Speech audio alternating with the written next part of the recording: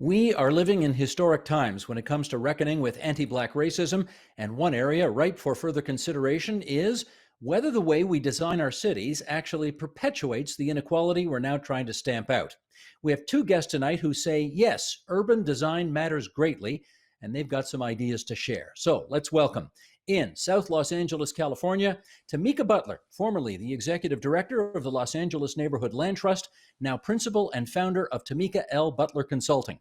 And in Kensington Market in the provincial capital, Jay Pitter, placemaker and co-editor of Subdivided, City Building in an Age of Hyperdiversity. She's the John Bousfield Distinguished Visitor in Planning at the University of Toronto. And despite the fact that these two are on opposite coasts in two different countries, they have actually collaborated a great deal across North America on reimagining our urban spaces. And I'm really grateful to both of you for joining us here on TVO tonight. Jay, we're calling this discussion Urban Design is Not Neutral. So let's start there. How is urban design not neutral? So urban design either perpetuates urban inequity or it can actually resolve urban inequity. And that particular principle is so important for every single urbanist to understand. Tamika, I can just imagine people already saying, wait a second, if an intersection, for example, is poorly planned, and if a car comes flying through it, driving very unsafely, the driver's going to kill a white pedestrian whose nose is in his BlackBerry just as much as a black person whose nose is in his or her BlackBerry. So just help us understand this better. How does urban design contribute to racism? Well, the thing a lot of people don't realize is that Black people are actually more likely to be hit. And part of that is that they're more likely to live in communities that have bad urban design, but also just in studies, when cars are driving, they are less likely to stop for Black people than they are for white people. And so part of it is just the anti-Blackness inherent in the world makes that true. But we also have to think about where we spend our resources. And the reality is every community, no matter where you are in North America, have the haves and the have-nots. And it's more likely to be low-income people of color who live in the have-not neighborhoods. And they lack well-lit intersections, well-painted and easy to spot crosswalks. And so the decisions we make with our budgets impact this. Jay, you kind of set up this problem in a piece that you called, well, it's called A Call to Courage, an open letter to Canadian urbanists. It's a discussion paper that came out just this month, and I want to read a little excerpt from that again to help set up our conversation to come. Anti-Black racism, you write, is lodged deep within the foundation of Canadian cities. We have a history of slavery here that thrusts Black people into this country's social and economic margins. Later, segregation laws preventing Black people from freely accessing skating rinks, swimming pools, and entertainment spaces further cemented the divides. Black people were denied equal access to colonial land grants restricted by race, and municipal covenants prohibited Black people from living in many Canadian neighborhoods. One such covenant, only recently voided in the city of Vancouver, read, "No person of the African or Asiatic race or of African or Asiatic descent, except servants of the occupier of the premises and residents, shall reside or be allowed to remain on the premises." Racist covenants are not specific to Vancouver. There are many across Canadian cities that need to be formally voided. How much of that historic discrimination that you just described there do you believe persists today? It is absolutely, it persists today because, again, it's written into policies and laws and guidelines that are predominantly invisible. So a lot of urbanists and also urban dwellers don't even realize that we have this history and that it is extraordinarily systemic. Oftentimes, when we talk about, anti-Black racism or racial equity, we're generally talking about it within a public health conversation or a social equity conversation. We don't generally have good language and precedent for spatializing these issues. And so it is so important to recognize that we have policies that need to be voided, that there were approaches that were taken in terms of urban design, such as weaponizing car-centric infrastructure against Black communities like Africville and Hogan's Alley, which pierced the hearts of those communities, causing disbursement, a large population of Black people being thrust into public housing. And we still see an overrepresentation of Black people in public housing today. We see an overrepresentation of Black people in our shelter system, in the foster care system, particularly folks from LGBT plus Black communities as well. And so we can trace a direct line between the overrepresentation of Black people within, housing and being targeted in public transit, right back to these early laws and restrictions. Okay, but Tamika, again, I want to make sure we're not preaching to the choir here. I want to try to reach the people for whom this moment in history is sort of an opening. It's an awakening. It's a moment where they're thinking about these issues perhaps for the first time. And I can again imagine them saying, "Wait a second, we don't have apartheid in our public skating rinks anymore. We don't have, apartheid in our public swimming pools. Nobody's forced to sit in the balcony of a theater or a cinema anymore. So really, what's this about?" What would you say to that person who thinks that? So I think to the person who thinks that, and particularly if they're not Black, I would first say, who are the Black people in your life that you know? And unfortunately, for many people, they realize they don't know any. And when you say, well, why don't you know any? They say, well, you know, they don't go to school with my kids, or we're not on the same, hockey teams, or I just don't see Black people every day, right? And part of that is because of segregation. We've gotten used to not seeing Black people unless they're doing things like, driving our cars or serving us at restaurants. And so first you have to ask yourself, who's in my life? And then if you actually have a community that is diverse and rich, and you have Black people in your life whom you are close to and you trust, you should ask them if they feel like there is still a system of when they go to a restaurant, they might be treated differently, of when they're at a store, whether or not people suspect them differently.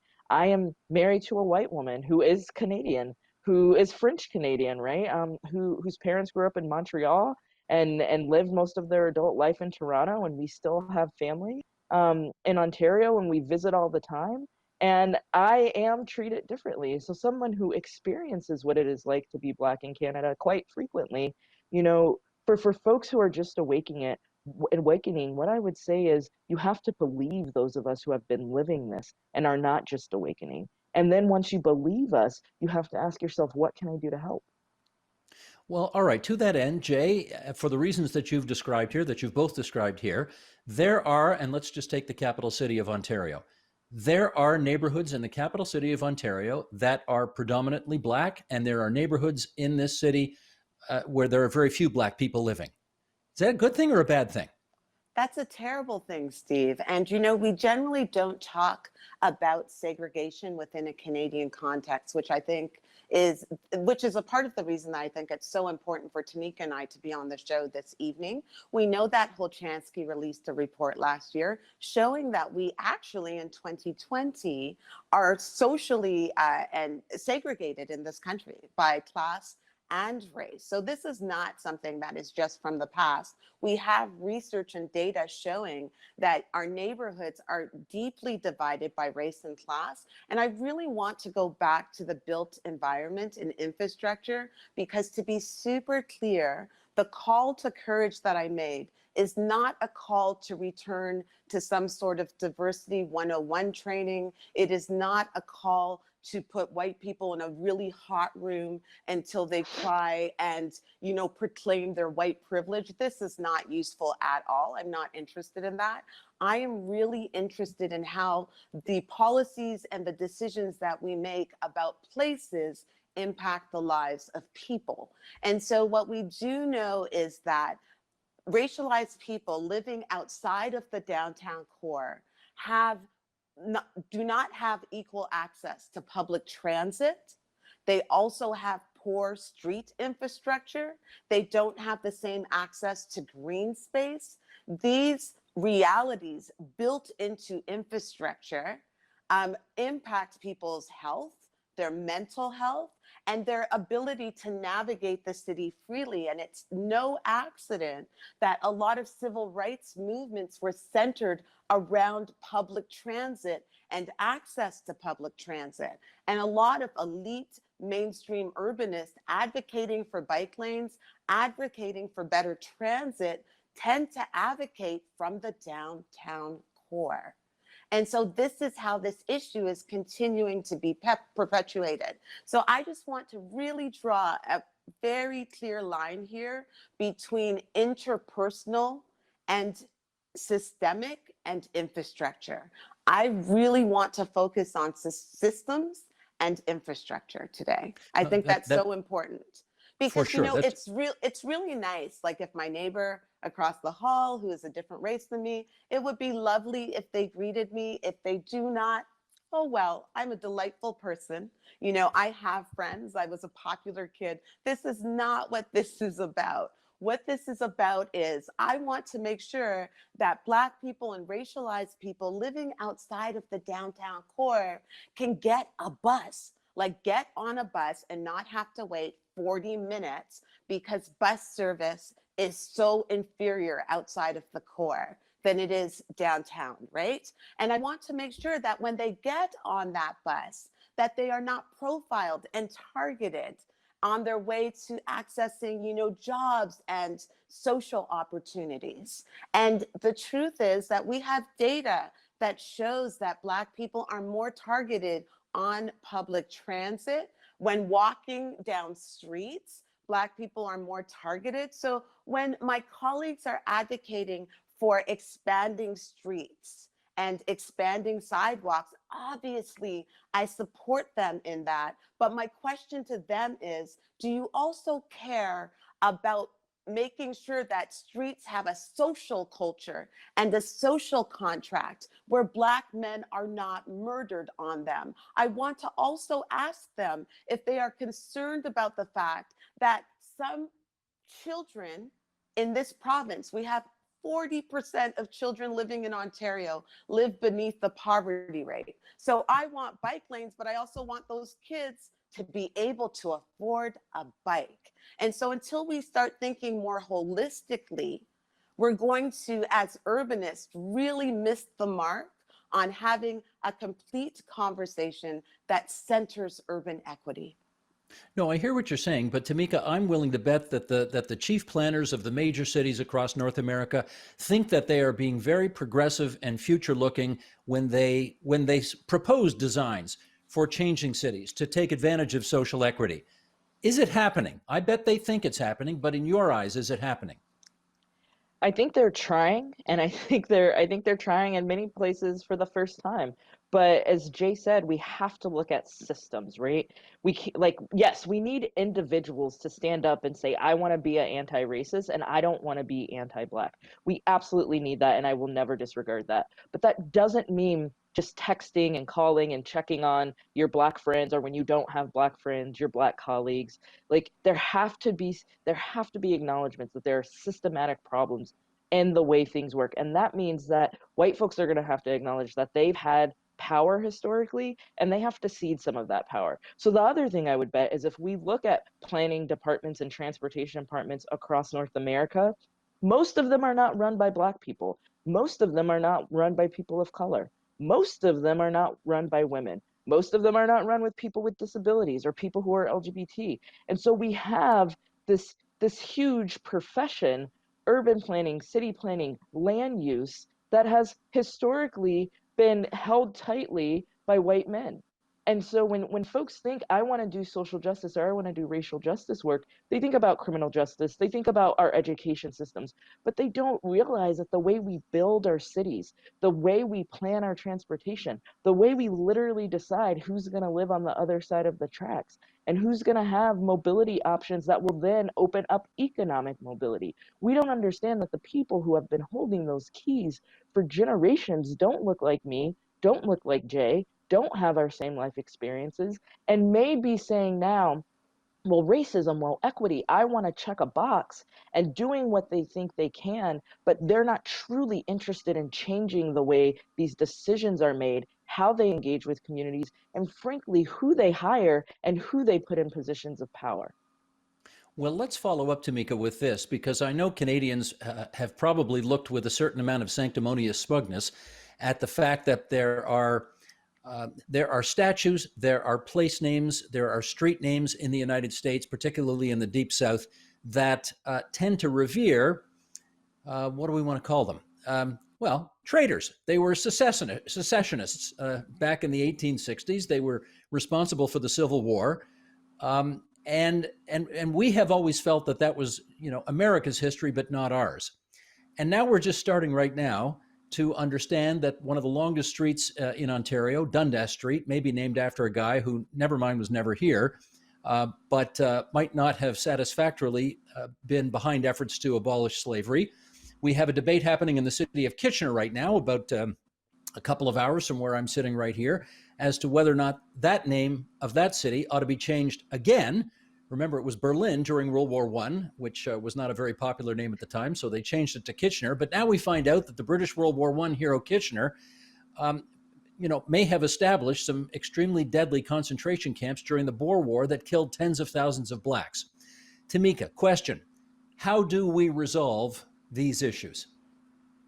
I think you're absolutely right. A lot of cities, in the United States and now in Canada are starting to look at these issues. And when we think about these people, I don't think of them just as, secessionists or traitors. I think of them as racist. And so I think that, yes, we should change the street names. We should take down the statues. If folks feel attached to them, put them in museums. We should change the name of our cities. But more than that, again, I don't want just performative changes. I want folks to say, what is it that made us think, and in Canada, what is it that made us think that slavery was a problem in the United States? And then there was this thing called the Underground Railroad, and Black people used it, and they came up north, and we treated them better. And that's just not true. And again, I have Black family members in Canada. And so we can't just change names and check boxes. We have to ask ourselves, when we didn't do that, why? What systems were in place that didn't make us consider racism is something that is a deal breaker, that didn't make us consider that when we looked around this table, we didn't see any Black people. And not just that, that we still have ownership of this table. Maybe this isn't the right table. Maybe there are tables elsewhere that we should be going to. And so I want all of those things changed. But I think as Black folks, we don't want this to just be a moment. There is an urgency because we are dying, and we are dying every day, and there is a genocide of our people all over the world. And so we want to know, what are we not just going to do symbolically, but what are we actually going to change in the systems? And that's why you keep hearing Jay and I coming back to some of these deeper things. Well, this is where we try to figure out, Jay, just how far we should go. And, yes, George Washington was the father of America and the first president, but he owned slaves. So do you rename Washington, D.C.? Do you take his face off the $1 bill? Sir John A. Macdonald is the father of our country. But his treatment of indigenous people, again, going back to the 1850s, 60s, and 70s, 80s, and 90s, would not stand up to scrutiny today. Do we take all the statues of Sir John A. down? Do we take him off the money? How do we resolve this? So, Steve, as you know, I've done some deep work in the American South around Confederate monuments. And what is really key, I believe, is that I think it's kind of simplistic around changing names or taking it down or leaving things up. I think what is really important is to identify how to contextualize this history appropriately. So there are different schools of thought in Europe after World War II and just the genocide there of Jewish people. The decision was made to actually keep within the public realm symbols of that brutality so that people living in that city would never forget that history and so that it would never repeat itself.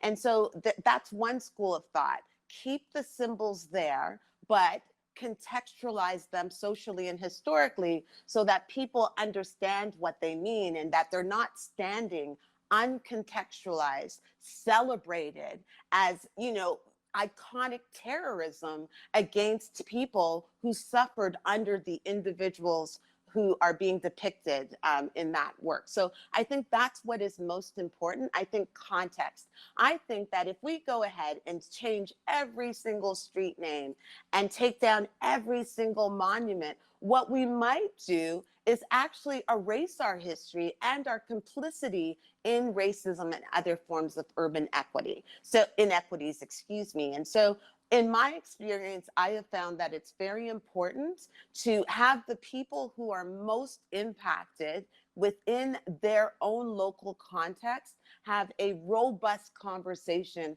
about how they want to see this context and this truth and reckoning revealed. And it's different across cities and it's different across groups. It's not prescriptive. And I think that's really important here.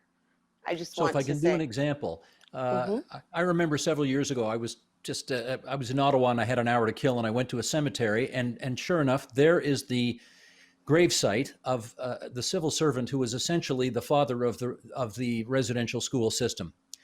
And on his headstone from back in the day, it talked about all the wonderful positions he had and what what a lovely man he was, etc. But then there was another plaque beside it that had just been put in more recently, which really described, a lot of what he did and how horrible it was. Is that the kind of thing you're talking about when you talk about it, contextualizing? it is exactly the kind of thing that I'm talking about. And I would even go a step further to say that it's not just about having a reckoning with these individuals. There was an entire society which held those values. So it's so easy to point at individuals. It's easy to point at police. We definitely need to have those very difficult conversations, but we need to have conversations about our collective values. These things happened because a lot of regular, everyday people stood by and co-signed it. And so that's also what we have to reckon with. We can't let ourselves off the hooks. And Okay, I I've would got a just, few minutes left. Yeah, Tamika, go yeah, ahead, please. yeah, and I would just add, I think part of what Jay is saying is so important. When folks want to do anti-racist work or equity work, often what they're looking for is tell me the outcome I should get to. Please, please, consultant, or please, Black person who's helping me, tell me what I should do. Should I take down the sign? Should I change the name? Should I change the dollar bill? Should I go to this event? Should I ask this question? And the reality is, this is about how you do what you do as much as the ultimate outcome of what you do. And that's what makes this work so hard. There's not one answer. There's not, if you get to this outcome, it works out. The reality is when people say, well, what's the toolkit on equity? What's the toolkit on being an anti-racist? There is no toolkit because in every community, it's going to be different. In every context, it's going to be different. With every person, it's going to be different. And that's what folks who aren't used to doing this work, who aren't used to living in Blackness day in and day out, don't understand. This is exhausting. This is tiring. When you wake up every day and you hear that there are nooses hanging, or another Black person shot, or another Black woman whose name we still can't say and we still can't seem to charge the people who killed her, this is a marathon. And folks who just want to do a quick sprint to the end are not going to make it because the marathon has to continue, is the great urban philosopher Nipsey said. Okay, Tamika, we got a few minutes left here, and I want to focus that time we have left on one line in particular, Jay, that really struck me from your paper. And the line is, transformation cannot occur without radical truth-telling followed up with courageous action. Okay, we are clearly doing some truth-telling these days, maybe in ways we haven't since the 1960s. What's the courageous action that we need to follow that up with? Let me hear from each of you on that, maybe a minute and a half to each of you on that. Okay, so as urbanists, what we need to do is look at the composition of people on our teams, and we need to create more space for individuals who have lived experience of poverty, disability, queerness, all of those things. We need to create space and invite people to bring their full selves to urbanism. There's no such thing as universal design or a design that is going to meet the needs of everyone. And so that begins by having more diverse teams. And it's not about simple representation like this many people who are Black and this many people who are disabled. It's about creating a culture where different perspectives can come forward. We also need to dismantle the idea of urbanist superstars. There are about 3 people in this country so enamored with the sounds of their own voices who constantly talk about, take the gardener down and expand these sidewalks. They need to shut up. Like, it's just too much. Everybody has heard those arguments. Black people, white people, Asian people, we're tired of it. Like, we need to have conversations where we bring more voices into the mix. So it's about having a conversation that is more nuanced, with more voices and more perspectives. Another thing. Okay, I got to jump in because I want to make sure we save time for Tamika. Go ahead, Tamika, Okay. you got the last minute here. Sure. I would just say that we have to decenter whiteness. And I think that's really hard and people don't know what that means. But for instance, when we say we're in a moment and we're truth telling for the first time, who's the we? Because honestly, I think there have always been Black folks, or Indigenous folks, or again, people with disabilities, or LGBTQ plus folks who have been truth telling. But the folks who are saying we haven't been listening. And so for me, more than anything, we have to create space for those voices to be heard and then for action to happen. And so, as Jay said, those folks who have been taking up a lot of room and now want to say, well, we're doing this for the first time. Well, if you're the we and you're just doing it for the first time, then it's probably time to move to the side and let those of us who have been doing this work do this work, because this is going to be an opportunistic moment where a lot of people try to jump in, and those of us who have been doing this and who will be doing it long after this moment, those folks should be coming to the forefront. I can't tell you how grateful I am to both of you for joining us on TVO tonight for some truth telling and some truth listening, I hope, as well, from the people who are watching and listening to this right now. Tamika Butler, Jay Pitter, thanks so much to you both. Thanks for having us. Thank you. The Agenda with Steve Paikin is brought to you by the Chartered Professional Accountants of Ontario. CPA Ontario is a regulator, an educator, a thought leader, and an advocate. We protect the public. We advance our profession. We guide our CPAs. We are CPA Ontario. And by viewers like you. Thank you.